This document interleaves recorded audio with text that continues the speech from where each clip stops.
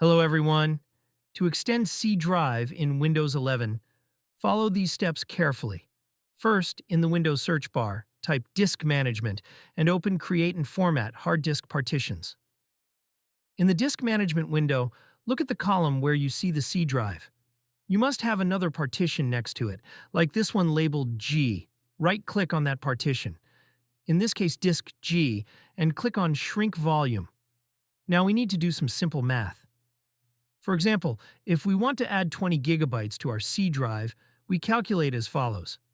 Take the total size in megabytes of available shrink space and subtract the size we want to add, which is 20 gigabytes or 20,480 megabytes.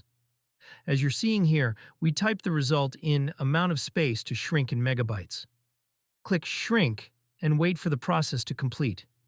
You'll now see an unallocated partition appear. Right-click on this unallocated space and click on New Simple Volume. Keep clicking Next through the wizard until you click Finish. Now you have a new disk. Let's say Disk H. You need to copy all the files from Disk G to the newly created Disk H to back them up. Once all files are copied, go back to Disk Management. Right-click on Disk G and click on Delete Volume. Click Yes to confirm the deletion.